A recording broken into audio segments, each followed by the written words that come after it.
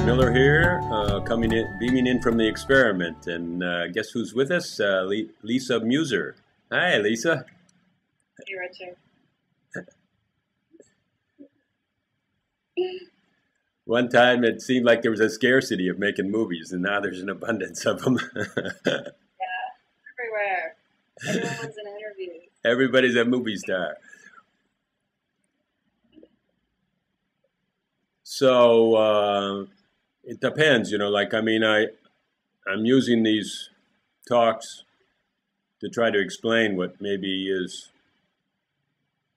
unclear, right?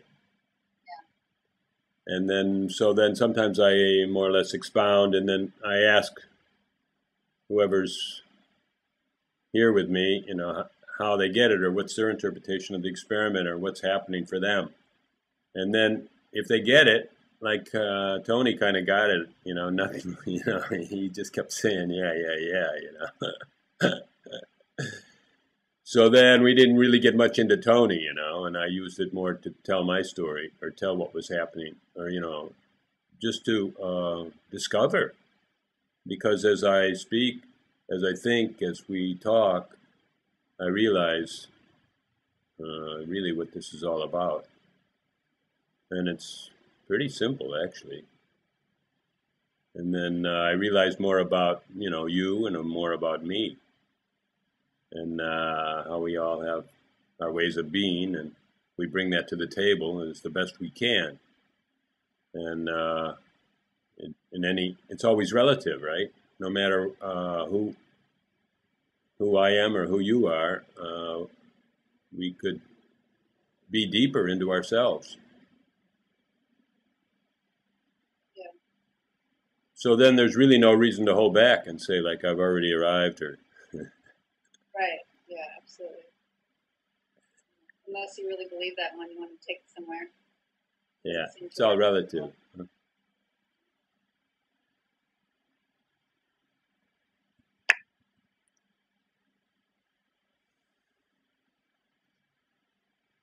So who knows, you and I both, in a way, our strategy is we got it together, right? Or am I wrong?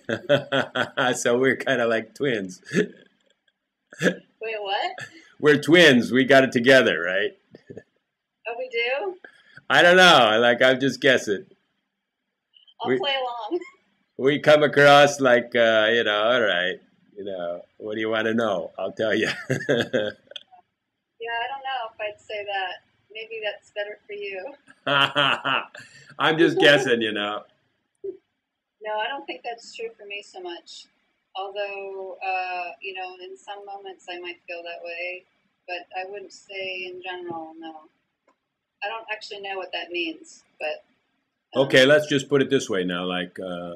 Some people are stuck on something that seems pretty obvious from the outside, right? They're telling a story that makes life... Well, it doesn't measure up to that story, Like, for instance...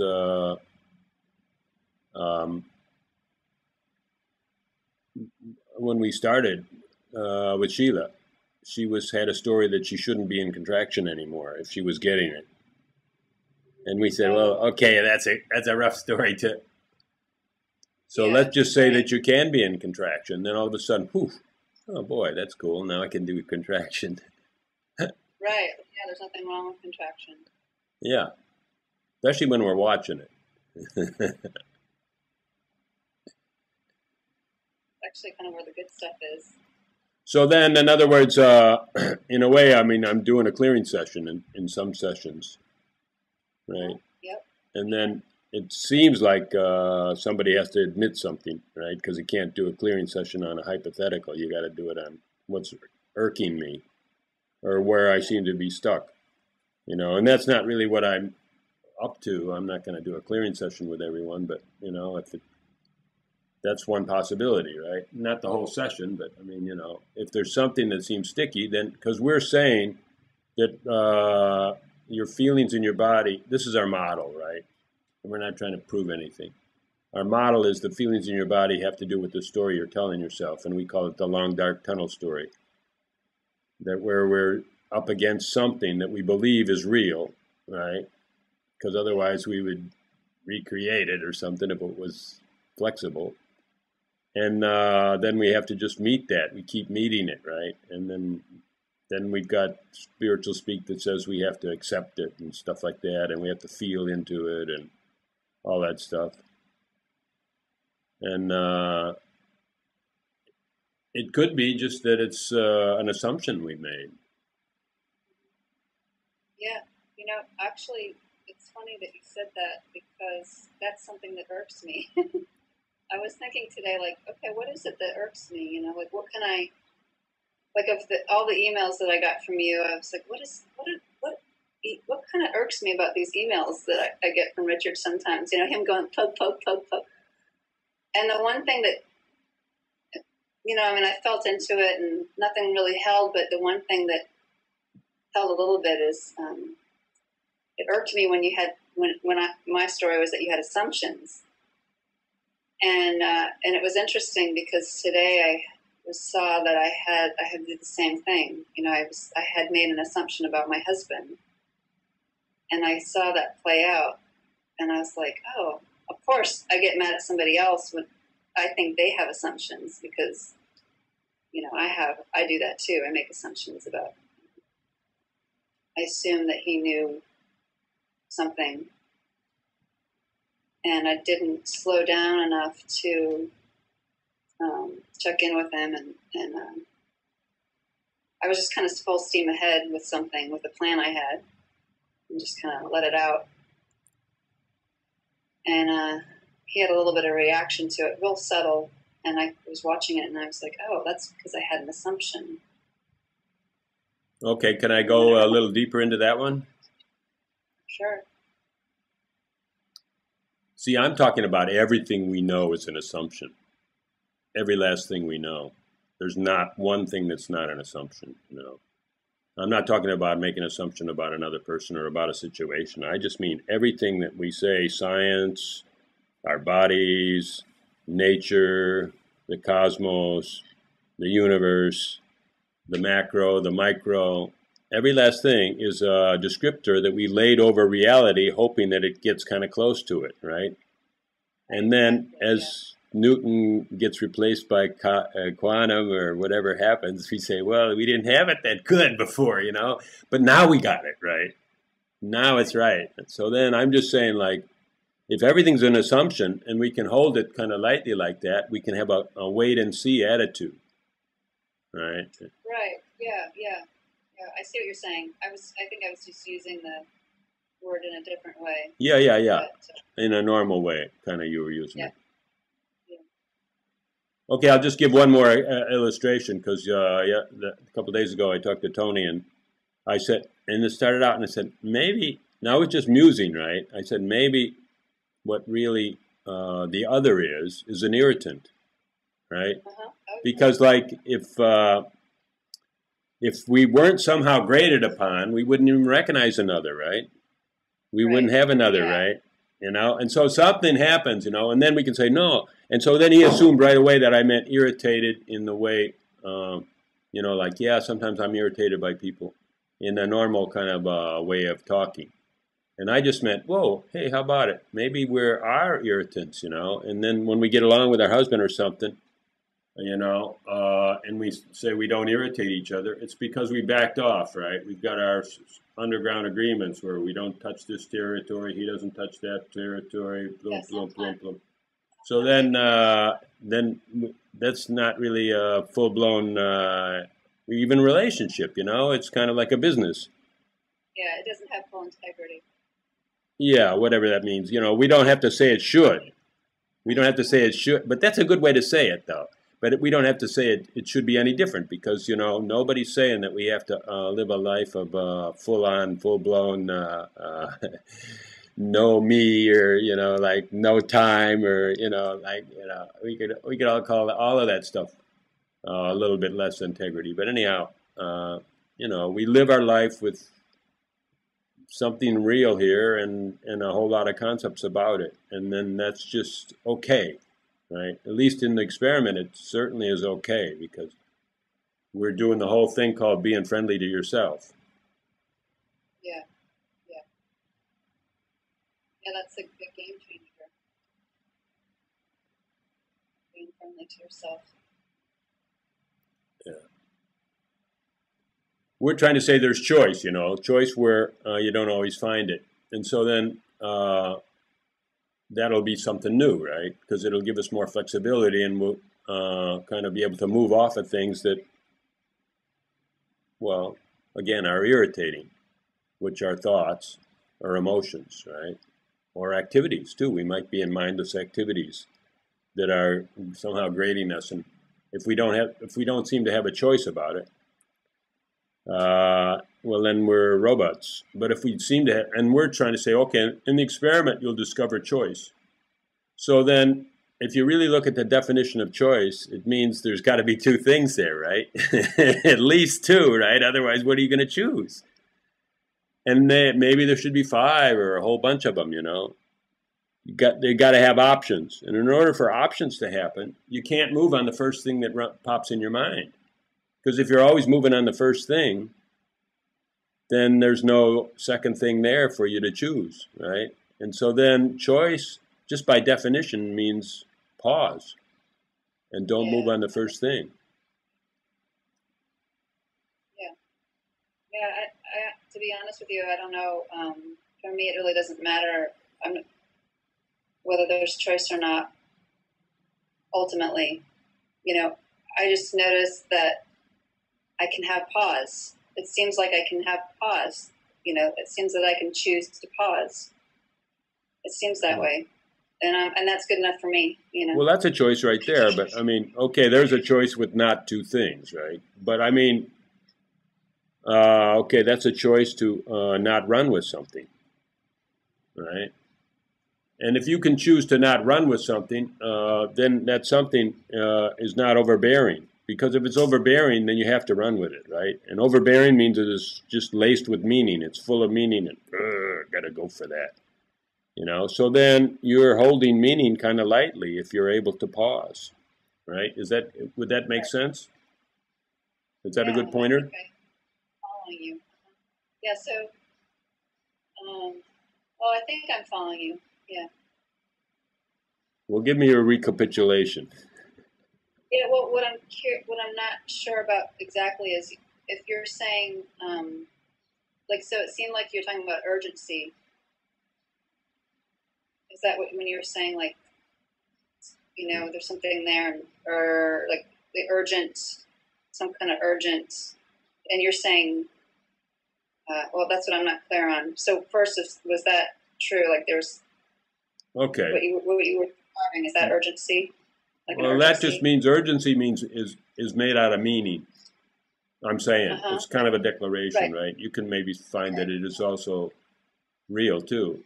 Of course, Yeah, so when you talk about something hurting you or something like that, it's real to wiggle away, right? So are you saying that when we move from a place of urgency, we're moving from a place of overlay and meaning and stacking? Okay, yeah. Let me go over it again because let me just be clear. Okay, I'm just saying, we're trying to say that in the experiment you can have a choice over what you didn't have a choice on yesterday. Okay. And that'll be good because you can move your life forward, and you can feel empowered, and somehow you can feel at ease that, hey, living this life is not all that hard, right? And so somehow that relaxes you and actually quiets your mind, because your mind is not trying to figure out how to get over something or how to figure something. It just says, oh, if I need to get out, I get out. If I need to go to meditation, boom, I know where it is. Boom, my mind goes into pause. If I need to just feel my heart and just feel if it's open, or feel if I'm got a digestion problem, I can just tune into my chest and say, ooh, open it, relax it, right? Just pause. So then, if you've got all those options, I'm saying that that's what I call agility. That whatever's coming down the pike for today, in this moment, you're available for it, right? To give it your all, or you're more than yesterday. Anyhow, we don't know what all is, but we don't have to say words like that. Okay. So then we're talking about choice, right? And we're saying that choice needs two things. It needs options. Choice needs options, because without options, there's no choice, right? And so then choice necessarily means that you have to make a pause, because you have to pause long enough that the second option can show up. Because if the first option shows up and you move on it right away,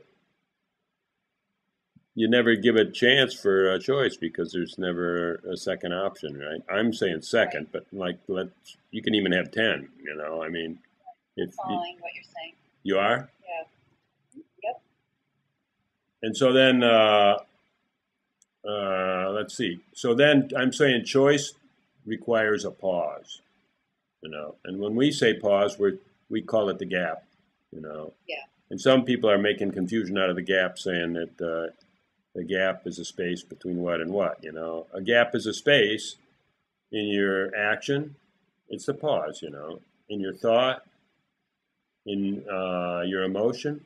Because if you're not having a thought, according to our model, there's not much pressure on your body either. There's not much emotion, right? There might be a mood because you have a subconscious belief structure that things are screwed today or something like that, You could have a mood, but it's a pause in making meaning, right? You're not trying to relate, oh, this means that, You're not digging in your memory and saying, oh, yeah, this is just like that. You're not trying to relate a network of meaning, right, and categorize something. So that's just a huge pause. We're calling that a gap, right? Yeah. And then the gap is a gap, a pause, is kind of like where your options show up. Right, because then you're in the present moment. Yeah. You're actually in the present moment every time you're in a gap. I'll say one more thing is like in order to be in a gap, you just have to not know something. Because if you know something, you say, oh, yeah, this. Sure, that means this. Oh, this is the non-duality showing up. Oh, yeah, here we are going beyond words, right? We're actually in presence. Even in presence and all the kind of things that we use for spiritual knowing and understanding, they don't allow us to go into the gap. The gap has got to be like, whoa. What's that? It's like wonder. Wow. Oh, I feel. Like the gap is like not knowing, basically, right? Allowing yourself a moment of not knowing. And that's where options show up, and and so then just to make, because, there's so much about thoughts, that thoughts, nobody knows their thoughts, and you can't know what your next thought is and all that stuff. And then labels, if you don't use labels, blah, blah, blah. I don't know, people say all kinds of stuff. We're allowing labels. So then we defined a new definition. We call it a spark of an image. And we call it a spark because it's not a full-blown thought for us, And it is one of the options. Each spark of an image is an option, and it's kind of like an image with a label, but it doesn't have all the other paraphernalia with it, like all the feeling structure, the memory structure, the necessity structure, all that kind of stuff. So we're allowing that you can be in a gap, and you can be in a pause, and you can see images, and we're not calling those thoughts, And we're saying you can stand in a place where you don't pull down those images. Pull down means like start working, thinking about one or the other, planning about them or feeling into them. And you're just noticing, oh, there's a whole bunch of them up here. And we call that the creative field because something is going to be chosen pretty soon, right?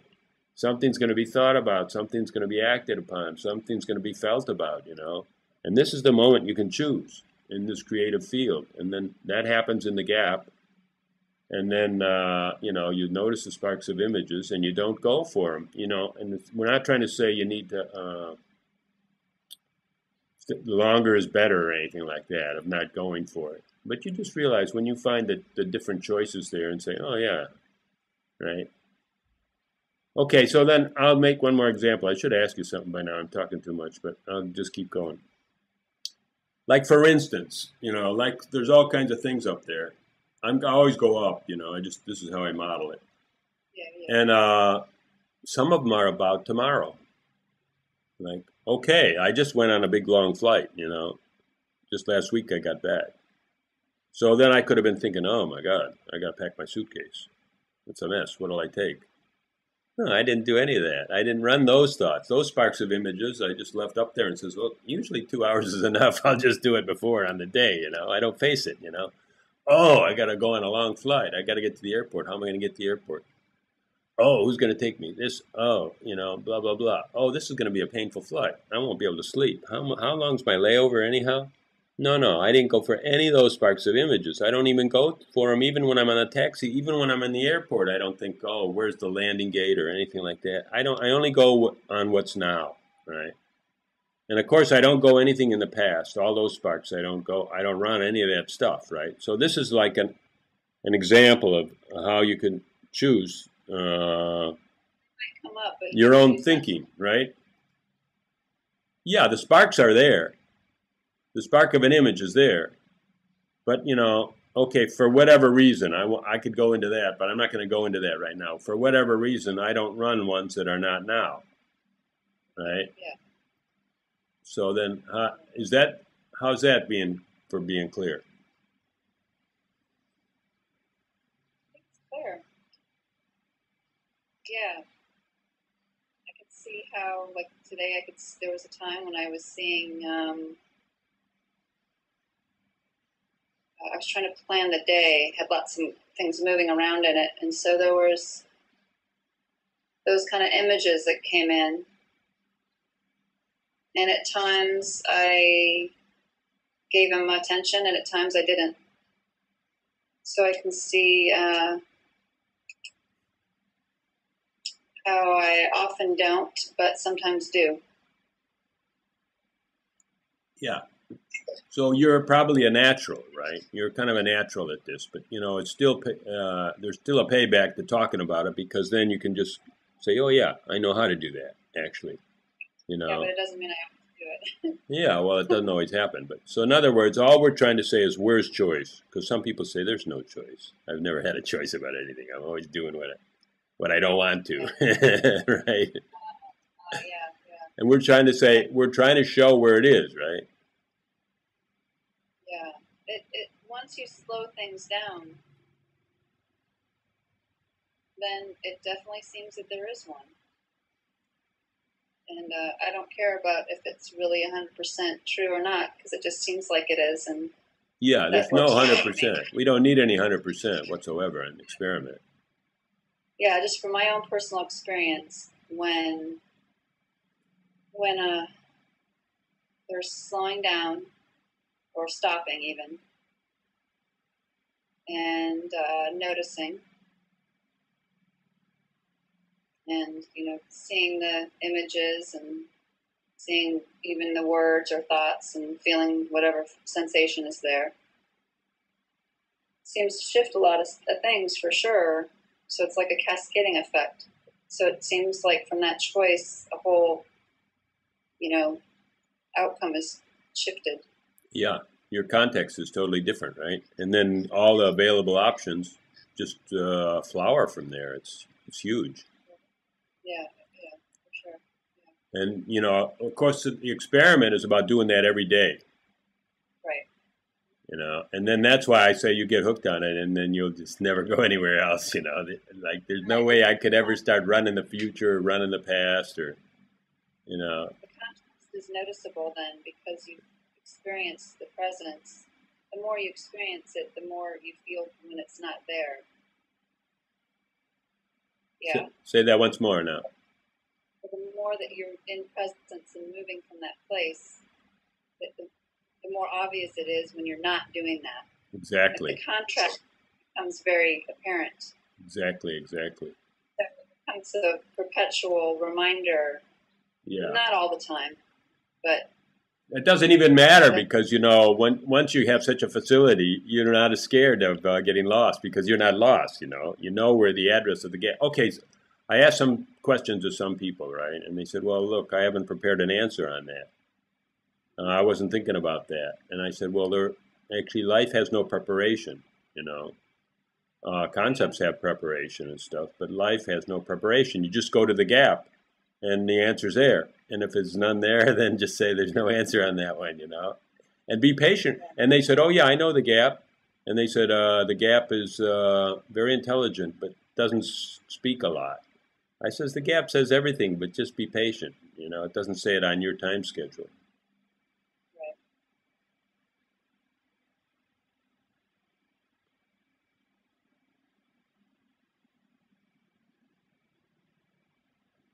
It also doesn't speak in linear the way that we think it should or might.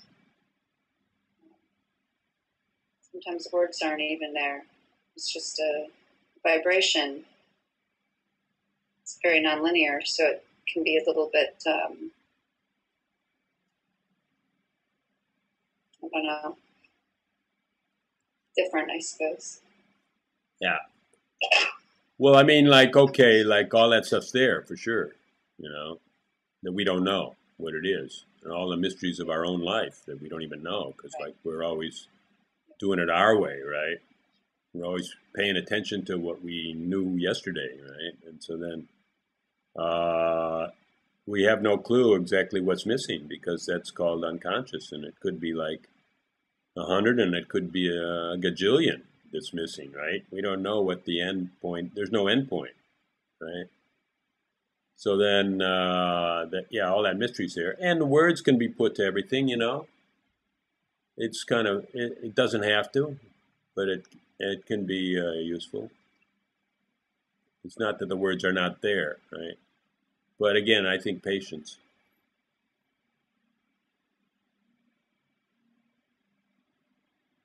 Yeah. I don't actually think words are always there, but if we want to convey something, then the words get created to try to convey.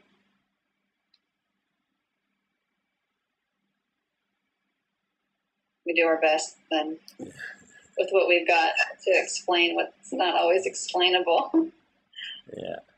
You know that there's a big cop out about, like we can only point and words can't explain this experience and all that stuff. So anyhow, if we start to say that, of course, then we give up the ship before we get anywhere, right? We jump ship. Yeah. And so I'm not saying that words can explain everything, but I'm just saying let's not say it that way, because right away then that's a huge cop out. Yeah, I appreciate the people who do try to give things that I didn't think I could ever put into words. I appreciate people who have done that, and then I've gone, oh yeah, that's actually a kind of I could have said that. Yeah, absolutely. No, I And know what you then mean.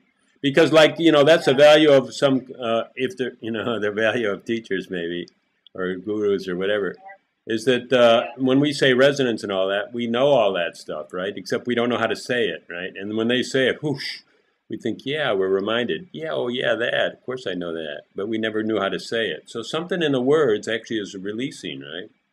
yeah, for sure, yeah,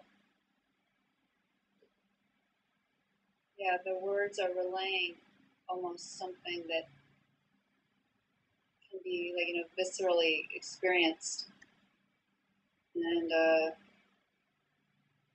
yeah.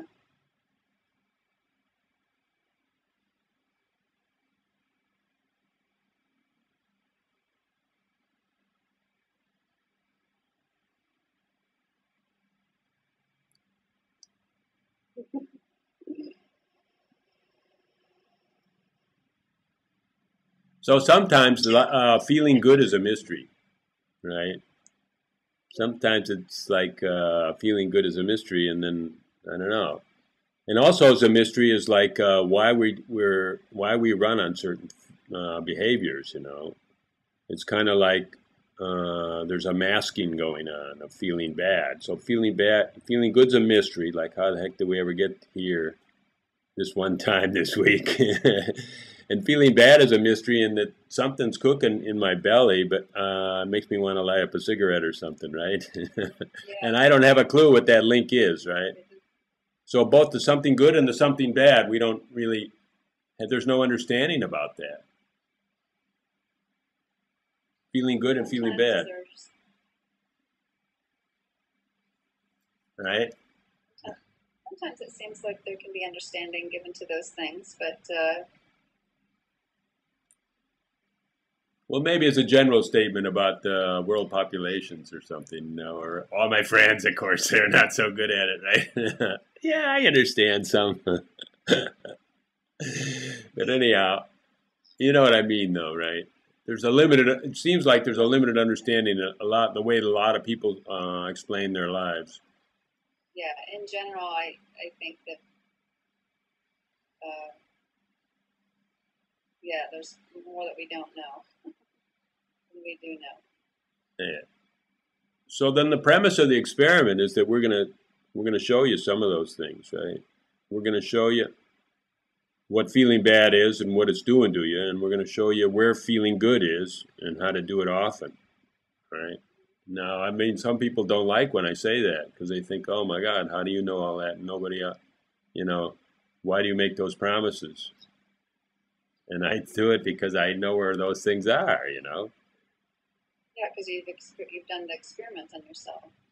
Yeah, it's going to be so cool. Like when our group is like 6 months down the road, and you guys say, "Oh yeah, I changed jobs. I got new families. I moved into new houses. I made a killing on my old house." You know, I moved into new countries and all that stuff. I would just, anyhow, those are all my dreams. But Or I've done nothing, and I am loving life.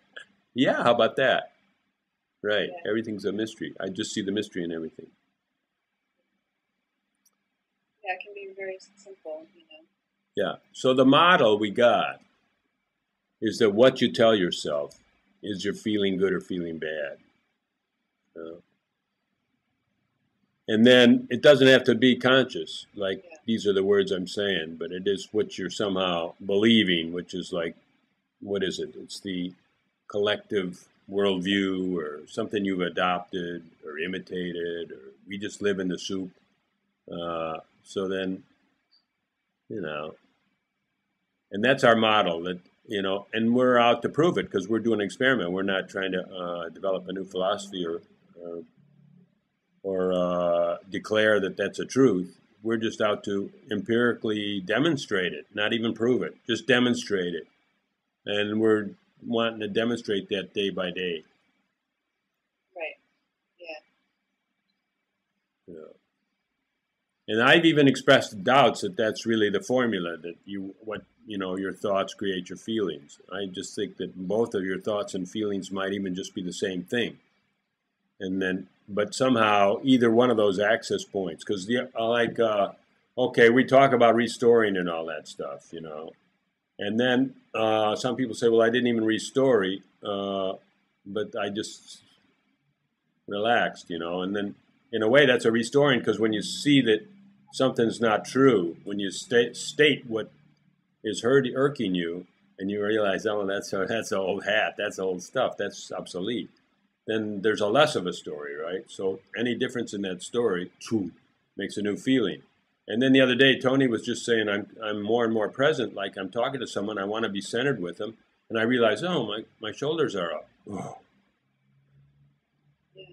You know, that's a restoring right there, right? It's just all there is to it.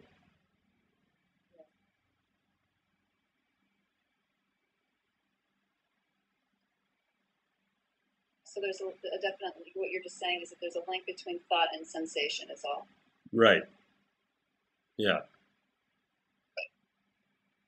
And so then we're just going to look at sensation, and we're going to call that our metric for the experiment. And we defined it as the open space of good feeling, which just means it's more than just a feeling, but it's also kind of like, well, positive thoughts, or like feeling expanded, or like feeling relaxed, or like feeling, at ease with the situation and the people around me.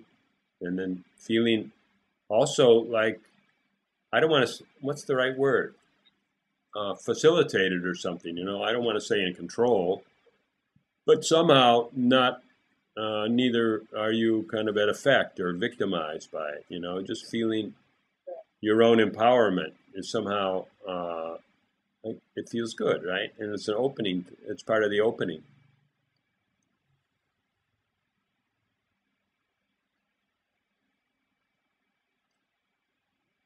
So that's kind of the experiment, is that we use the tools. First, the gap. Second, the choice. Third, I'm not trying to tell you never run with the past or the future. I'm just telling you what happens to me, So but just watch it while you're doing it and saying, is this getting me where I want to go, or is this? I'll talk about that in a bit, And then, so then those choices, that's where we say we're going to apply being friendly to yourself, right, with those choices. And then, yeah, I don't know if I haven't maybe really said it, that we want to make choices that bring our energy to this moment. I'm going to say that in a minute, so I won't go into that right now. And then we're watching our metric, our open space, with certainly no reaction. When we're in reaction, that's really a closure. And then,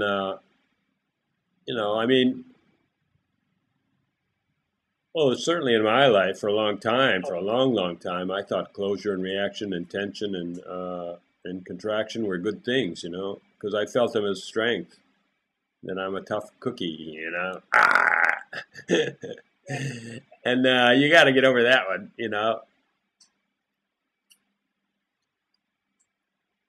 But maybe that's not a feminine thing. That's more a masculine thing. So then, tension, I think we've all got that, yeah. Yeah. That goes.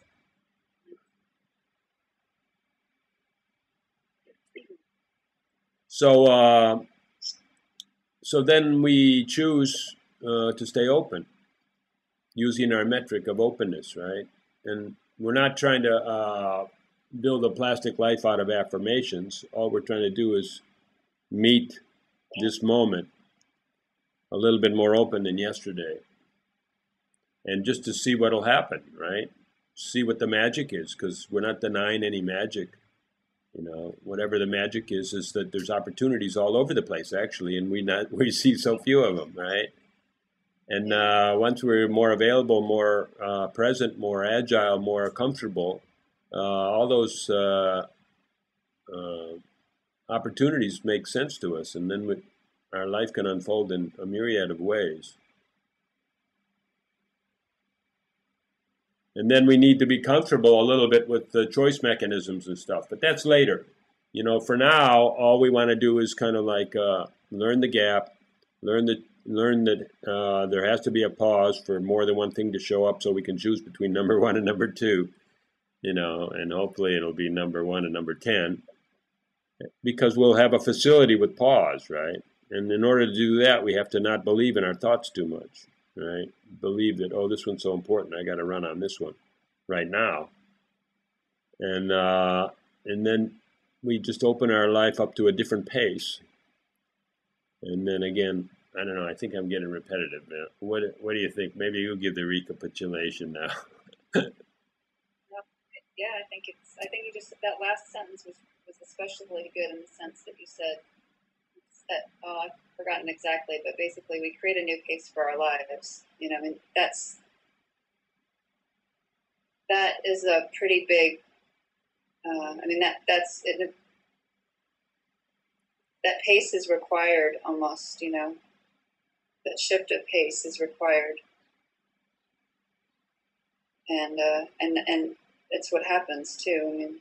It's both required and what happens, I guess.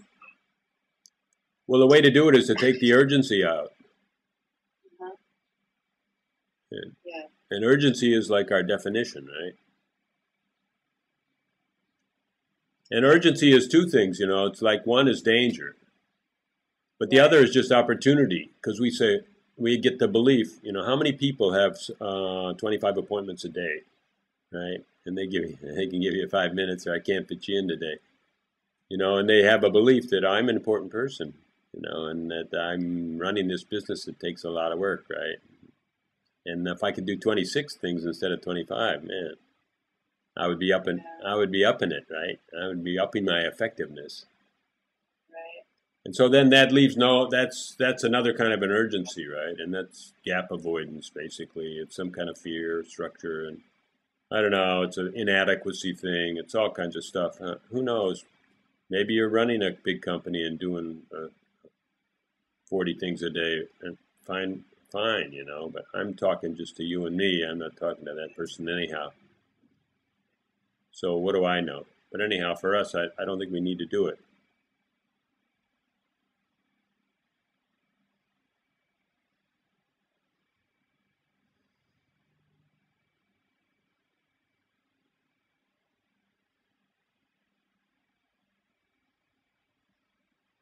So how's it going?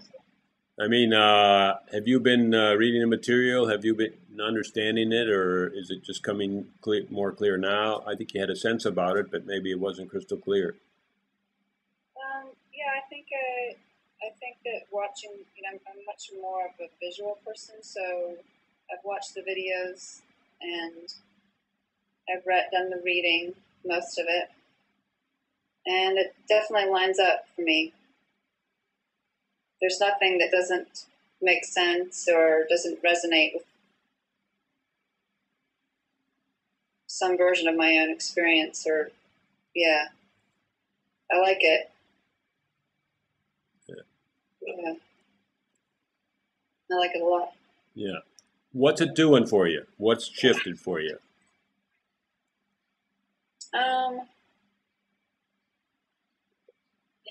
I think that what will shift actually will be after this conversation. I don't know if anything has shifted up till now, to be honest, because You're playing the cautious game. Up yeah. till now, right? Well, let me tell you why I said that. Because everything that I've read and watched resonated already. It was like, yeah, it matches my own process. Yeah. But talking to you, I'm kinetic, so I'm experiencing it with you right now in a different way for whatever reason. And it's like, oh yeah, I can see. It's just there's just like, to me, it just feels like an opportunity for more pausing and more seeing. More spaciousness. Because you use different words, and tonight you explain things differently than I've seen you explain them in the other two videos that I've watched. So like you can read two different people saying the same thing, but then the different words, and they all just kind of fit into someone's puzzle differently. So just even listening. I mean, I haven't. I will listen to it later to hear it again, but as we were talking, I could see like, oh yeah, and I can't even refer back to those things now, but I was having little light bulb moments, that were connecting in with things. So that's why I said I think that it will. I can see how it would make a shift. Yeah. But you don't know what that shift is because it's your shift. You own it. Like, it's not my shift. It has nothing to do with me. And there's no, I mean, can you see that there's nothing here to grasp, that you aren't going to be hooked to this teaching with? This is not a teaching, right? It's a, no, it's not it's a method. So, I don't know, let's not mince words. You could call it a teaching if you want or not. It's a method based on a model. Right, and the model doesn't have to be true. It's just like you empirically demonstrate that model when you do, and if you ever don't, write me because I've never seen it not work. Right. Yeah. I mean, that's why most of us do what we do. It's because we've seen how powerful it is. So of course we want to do it. Yeah. So in that sense, I don't know. It's a teaching in its own way, and if that word bothers you, then don't call it that. I don't care. I mean, okay. You can call it anything you want. You can call it anything you want, but I'm asking you if there's anything to grasp here. You'll just be doing this experiment as a life. Yeah. But there's really no principles. I'm not trying to tell you the way to live, right? I'm just saying we'll be here now. I'm saying or something, but yeah, you're not telling me how to live. You're just saying, slow down, pay attention. Yeah. Look. Well, I'm just telling you, slow down, because that's the only way you can have a choice. That's the only way it can work. If you don't, Absolutely. Yeah. then you have to be a robot. Take your choice. Yeah. Try both. Try both out, right? Definitely my experience.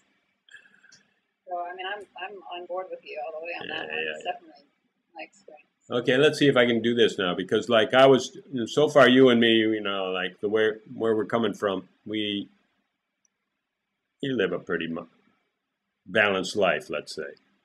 So then we're, you know, but this thing is good for more than just us balanced lifers, right? Because every once in a while, even us balanced lifers, we have something called reaction.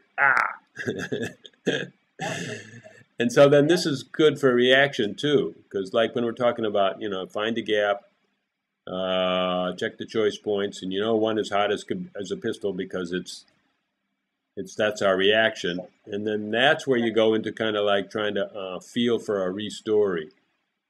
You know, you have to look and see, well, what is it? You know, sometimes you just won't see it because you'll just see that, oh, what I'm reacting to a real situation. And then that's when it can be handy to have someone else around and they can maybe suggest, you know, like I might have restoried some stuff for Sheila, right? Well, I restoried even her cancer, right? I said that she was a benediction, right? Instead of what she was thinking she was you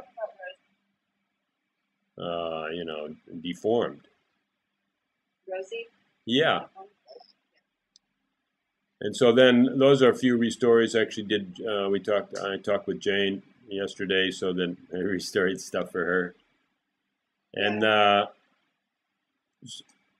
so yeah, I think restoring happens, but in my experience, restoring happens through looking at my thoughts and images and sensations. Because if I'm having a reaction to something, it's because there's some, overlaying going on. And so someone can hand me a new story, but I still have the same mechanism. I still have the same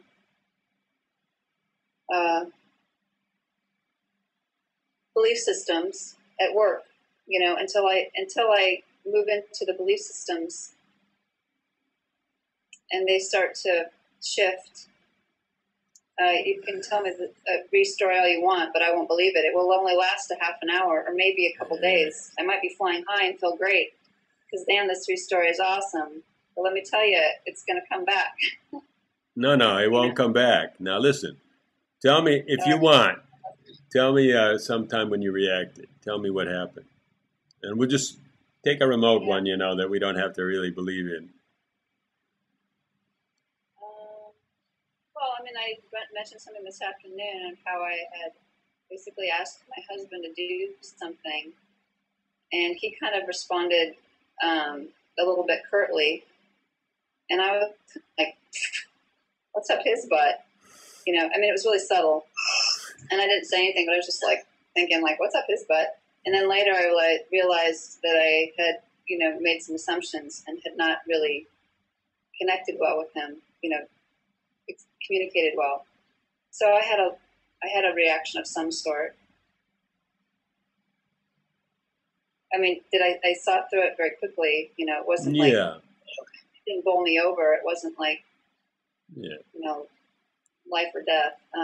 Yeah, well, I mean, there's not much to do there as far as you already figured it out. But the restoring is, of course, that everybody has got their own thing running at the same time. You're kind of questioning him to feed you an answer about something that you're running.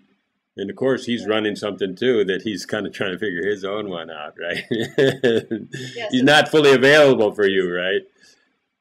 And so then curtly or whatever, he just says, wait a minute now, don't take me off my train of thought, right? So he was wanting you to figure out his thing. You were wanting him to figure out your thing. And so, of course, each of us is the same, right? Yeah.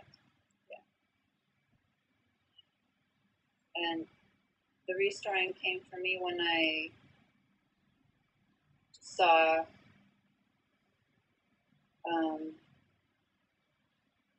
I guess just saw myself really like, oh, I had made this assumption, and was not very open, in a certain way. But, in the past, Richard, I would have had a lot of self-talk and self-judgment, and I would have said, I maybe would have gotten really mad at him because I was really mad at I could have like played, let's see, I could have made him the bad guy, then I could have made me the bad guy. I mean, it could have been all sorts of drama. Yeah, yeah, it goes back and forth. And you said, oh, like I'm bad for making him bad, So then just everything go bad, right? Like, why not? Why that doesn't happen as much anymore is because I've looked at the beliefs very carefully. And not just the beliefs, but the energetic sensations that live in my body that connect with all those beliefs. And all the other things that come up, imagery and whatnot. And so, because I've done all that integrative work, there's not very much to snag me on anymore with it. Like people that say about affirmations, you choose the affirmation, right? Choose what you choose and say, like, I am abundance, right? Yeah. What I do has got value.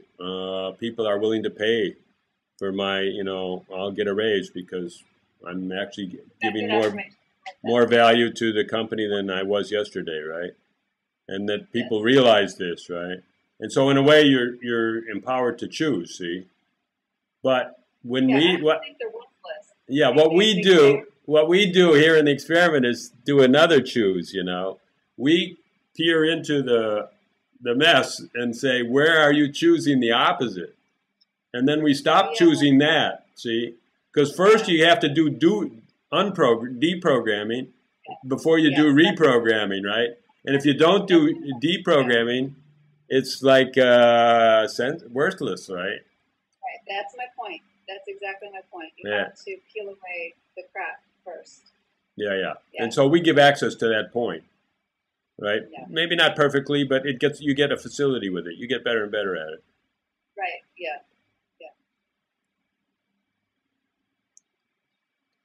Okay, like let's see if I can say something like this. In a couple of chapters I was writing like, okay, something's here. To try to say like this is raw reality, right? And then there's a huge urge to speak about it. So, like, these are distinctions over here, and this is some mystery, right?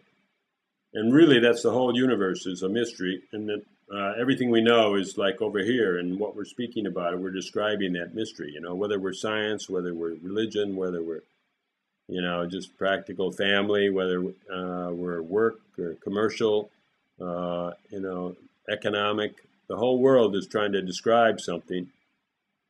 I mean, was that kind of clear when I was saying that? That in other words, what I'm saying is there's a virtual world, which is our verbal overlay on what we can't really know in any other way.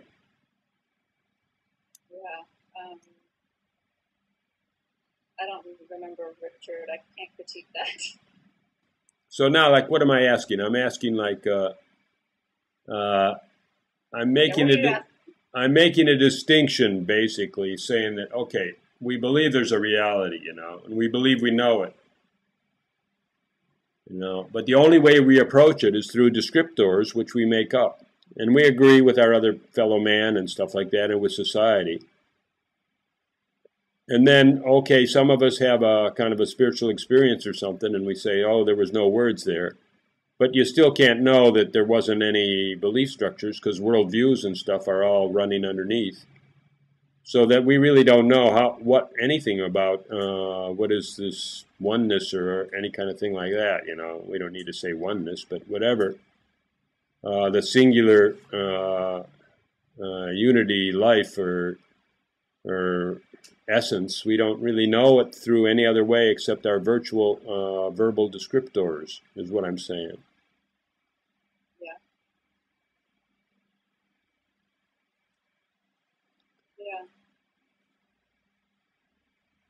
Okay, let's see now. I was asking myself a few questions this morning, right?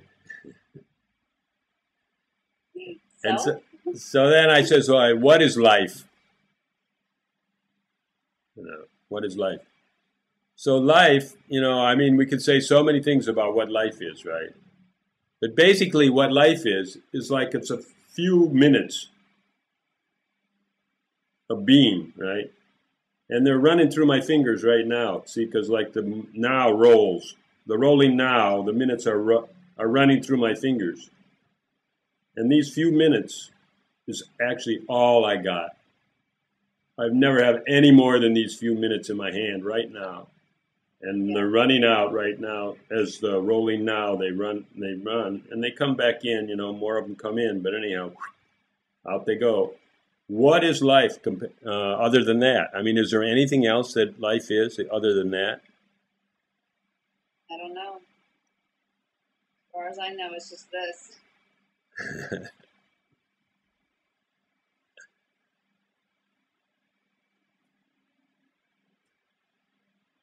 Yeah. And so then I asked myself another question. I said, what is humanity? So then I said, okay, humans, what have we got? We got thoughts, we got emotions, and we got a body. Right? Some people want to say we got a spirit and stuff like that, but bring it over and introduce me. But I know I got thoughts, I know I got emotions and feelings, and I know I got a body. So then my thoughts kind of can point my body in certain directions and say, go there and actualize something, right? Which might just be eating and sleeping, right? Because that's part of the body's got its own necessities, is that up to that point. And then the emotions is kind of like my preference system. Like I can have a system of, when I feel good, I go that way, right? I feel bad, I leave that way, So then, that's what I said. My thoughts point me somewhere. My body actualizes stuff, and my emotions are my preference system to keep that whole thing going. Your animalistic instincts, food and sleep, breathing, and all that stuff are just all sorts of things don't really even come from thought. Lots of things don't come from thought. Yeah, those are just a supporting thing, That's just like the vehicle. The vehicle is a gift. Animals have the vehicle. But I'm just saying, what is a human? Yeah, so we have cognition. So we have cognition, emotions, and a body to actualize stuff. And so then this is our human equipment. Yeah. Right? So then I'm trying to say, like, what is this human equipment for? Really? It's for getting the most out of these minutes that are pouring out of my hand, right? Yeah. All that equipment is for that I would take these minutes that are running through my fingers here now, and I would really make something out of them. As far as enjoyment goes, as far as actually actualizing stuff and making things happen around me for me and my family and my community, as far as feeling at ease and making other people feel at ease, as far as making life on this planet somehow sustainable and good for everybody, My equipment is just for taking these minutes here, right? Because I have nothing else. There's nothing else I have, really. Everything else is a concept. And making the most of them.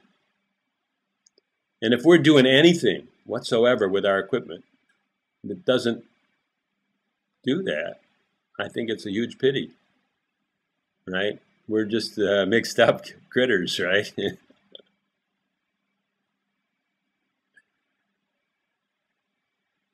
Yeah, doing the best with this. Yeah. So then my point is, like, actually, the whole world is doing their best to destroy these minutes right here and move off of them and forget about them and discard them and dismiss them and call them mundane and work on tomorrow and getting better later. and all kinds of concepts that, we're misusing our equipment, which are our thoughts, our emotions, and our body. We're misusing them immensely as far as their purpose to maximize our use of our life, which is these minutes right here, right?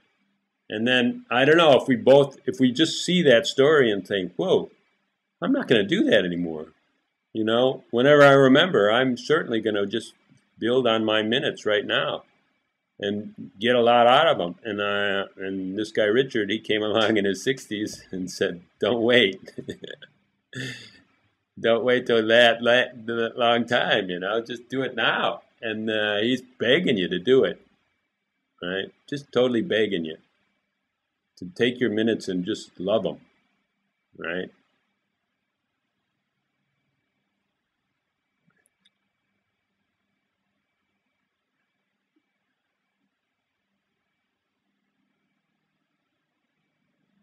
And give them your all. Give them everything you got. And this whole experiment is designed to put your attention on these minutes. Yes. Right? Because to support these minutes, you got to give them your attention. And when you take your attention away from them, you're destroying them. Yep.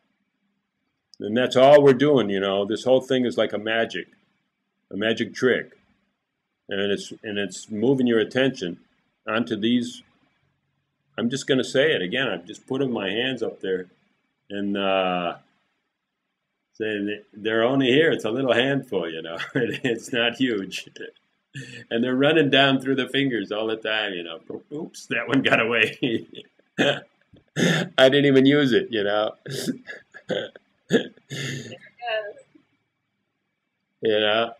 And then that brings you to everything that's ever been said positive. That brings you to like expressing love every day, right?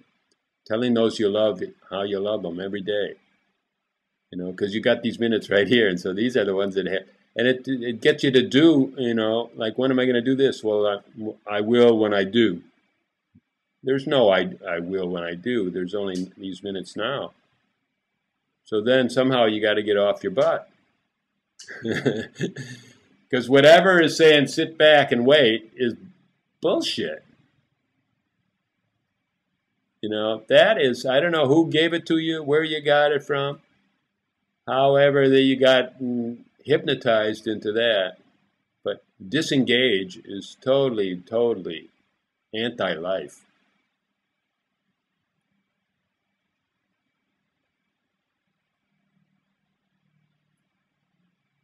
Is that shocking?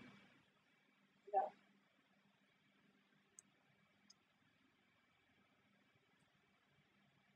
Are you going to sign up? I'm already signed up, man. Bingo.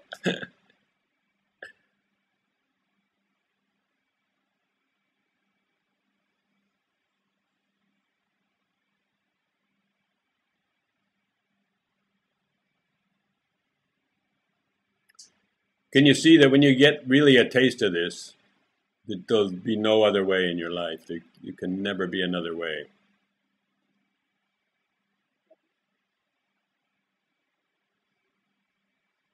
No matter how bad or how good it is.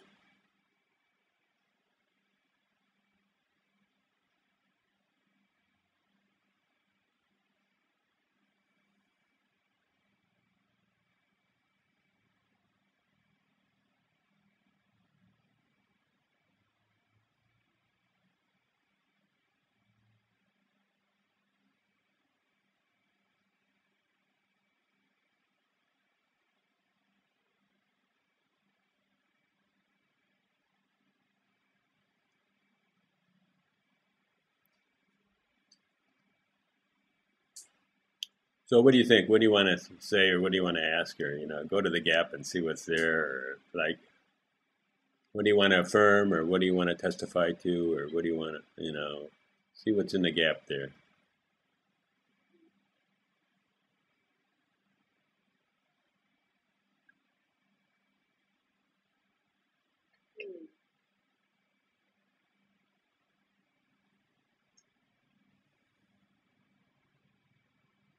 much here right now. Patience, patience. What was But that? just stay there for a while. If it's too long, I'll take that part out and won't make it look like it's real long. Well, I mean, right now, there's just lots of spaciousness. I don't have any questions. Do you feel empowered? Oh yeah, sure. Yeah,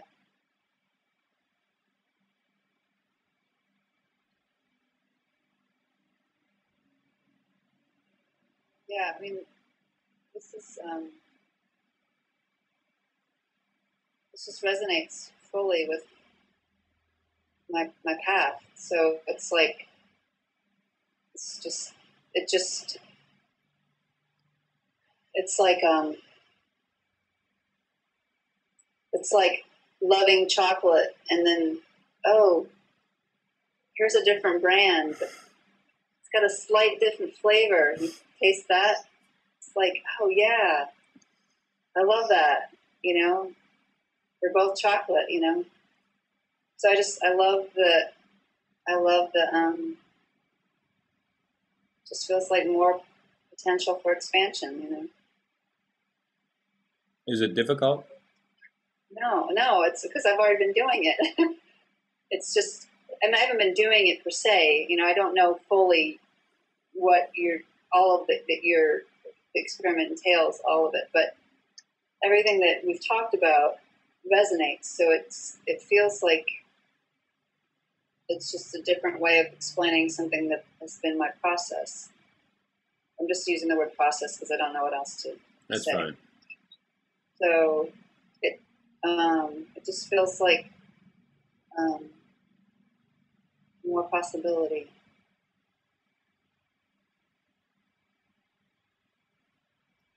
Okay, let's just say you're a natural at it. And when you're a natural, like there's not much of a, well, not much of a, it's all a process. That's a good word. Yeah, Because every day is new and more expanded. But yeah, it's, and I don't know if it's natural or not because I don't know the full. I mean, I've not seen an unfolding of the process on somebody, so I'm yeah. only going. Okay, well, some people are going to have more process and more of a practice. Like they have to bring themselves to it.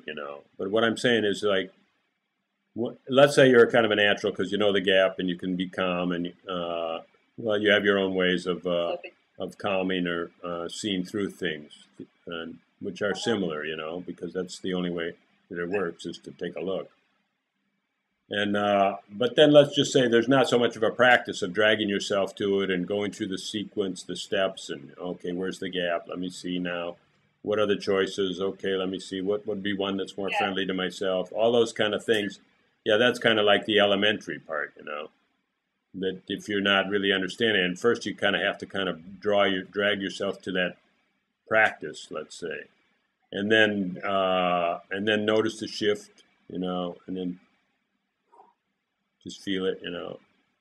Okay, that's if you're more in reaction more often and stuff like that. But let's say that you and me are naturals, and that we just do this in a way with no discipline whatsoever. It's just happening right by itself. And so then we visit the gap often. We see what's there, and then every time we go into a new situation, even if we walk in the supermarket, right? Or we go to a job interview, or we go to a customer, or we go to even a government office, something more difficult, right? Or whatever we do, we get in our car and go into traffic, right? And every time we visit the gap and just kind of whew, and we're just like no mind, right? We're not running any story, and we're here and available. And this is what the experiment's designed to do, is to launch our life from a less anxiety platform, right? We just feel ourselves. We feel our bodies. We tune in. Oh my, I'm feeling pretty open. And then we go out into the traffic, and then somebody cuts in front of us and we laugh. You miss me. Because we're just kind of at ease, right? And we know that well, even if they get in our way, we'll dodge them because we're here. Because we take responsibility too, right? And then even in our doing, like our integrity, what we call, we can get into that. I don't even know if I have enough chapters on that, or I really want to talk more about the power of being able to say something with our word, right, and have it come true, and with ease.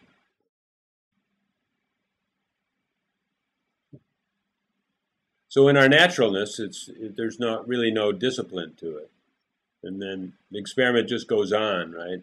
And it doesn't even have to be an experiment anymore. Just life is all the experiment.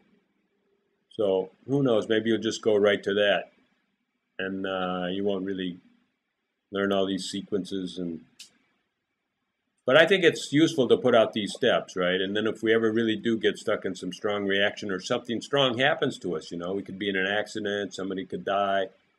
There's all kinds of things that could kind of be a reversal in life, right? Business failure, people laid off. All of a sudden there's lots more pressures, right? And then maybe those other tools will be useful too. But Sure. Yeah, could you and Rena do a videotape of one of you facilitating the other in the experiment? We actually just talked about that. We actually just talked about it and planned how the mechanics of it would work, that Rena would interview me. And then whether we try to facilitate something or not. We could actually go in, because we get pissed off at each other, so we could actually do it. Yeah, sure. Yeah, that's how, in my opinion, and I think I mentioned this the last time we Skyped, that's how you're going to explain the experiment the best, is a live action modeling. I mean, you can, or transcription of it, because then it's like, here's the nuts, here's the nuts and bolts, here's the down and dirty, then it's not so ethereal and not so theoretical. Right. That's what's the value of these talks that I'm doing. Yeah. You're the fourth one. So then, in your case and in Tony's case, there was nothing really to go into, or not very much, right? And a couple of the other ones gave me a little more meat to chew on. Yeah. If you'd caught me on a different day, maybe there would have been, No, it's cool. So anyhow, I don't know. Richard, I'm freaking out. Facilitate me. I'd love to, because I'd love to experience it, Yeah, do it. You can call me. But anyhow, I don't need to even set up a video and all that. We could just do it on the phone. Because, basically all I do is I tell you another story. A wider story, right? And you can either go for it or not, And then if I miss, then you can say, well, that one doesn't really resonate or whatever. Yeah. So then Yeah, it does that. It does expanse things, the new story. Okay, well, I think we covered a lot of ground, and maybe we said what we need to say, right? All right. What about you? Did you say what you need to say? I didn't have anything I needed to say to begin with, so I'm good. You got to say, Richard, I love you. You and Rena are so great. No, I love all you guys, because this experiment is you, I think whatever there is, 16 of us or something, there's without you, I'm not even thinking these things up by myself. I have to have you to complete the circle. So, great stuff. Yeah, thanks very much. Appreciate it. Okay, Lisa. Thank you.